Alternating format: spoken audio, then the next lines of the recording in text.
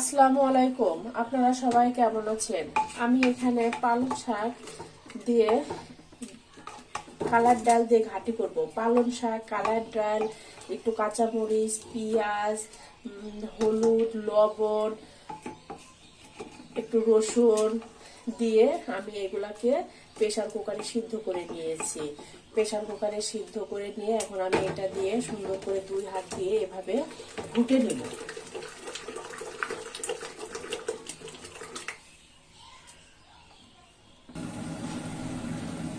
কড়াইতে তেল দিয়ে আমি পেঁয়াজ রসুন দিয়ে দিব।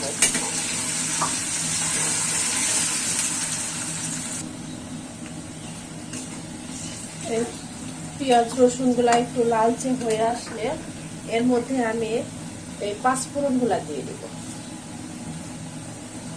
পাঁচফোড়ন গুলা দিয়ে একটু নাড়াচাড়া করে তারপরে এই যে পালং শাকটা যে আমি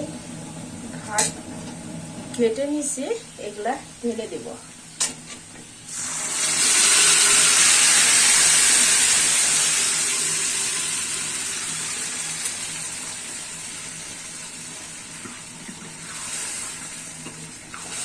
এই ঘাটিটা খেতে অনেক ভালো লাগে। আপনাদের কোন কোন অঞ্চলে এই ঘাটি খান কমেন্টে জানাবেন।